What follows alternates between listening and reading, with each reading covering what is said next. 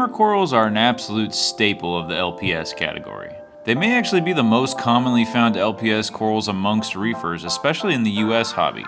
They provide the color and movement that most hobbyists are looking for, but tend to be a little bit less difficult than other LPS like torch corals. This video will give you all the information you need to make sure you have instant success with your hammer corals. Picking a healthy hammer coral is relatively straightforward. Color should be rich, though not all hammers are exceptionally bright. Just like any other branching LPS, the most important thing to check is the flesh band.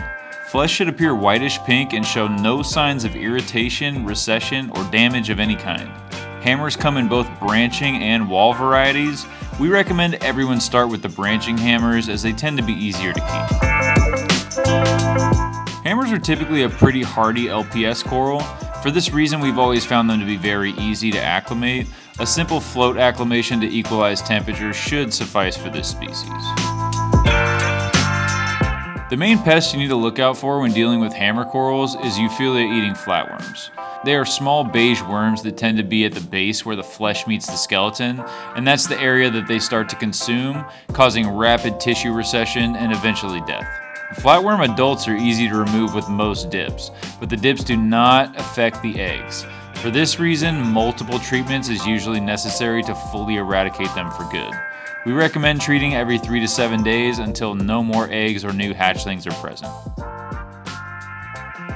Hammer corals are a great candidate for just about anywhere in the aquarium, save the extremely high energy areas more suitable for SPS.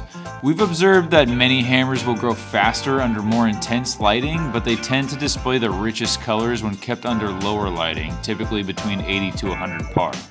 If you have a hammer you'd like to keep under high light, we recommend moving it up slowly over time to maintain the best color and growth rate.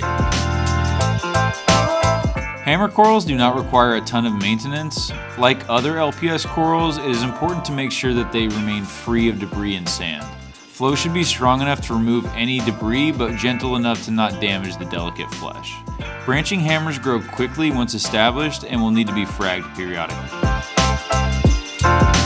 We've never seen any obvious benefits from directly feeding hammer corals, but like most other LPS, they do prefer to have moderate levels of nutrients in the water. Broadcast feeding to maintain proper nitrate and phosphate levels should be enough to keep these corals happy.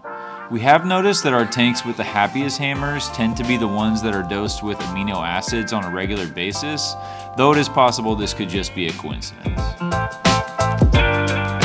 Fragging hammer corals is very straightforward and can even be fun. You just need to make sure that you have the proper tools.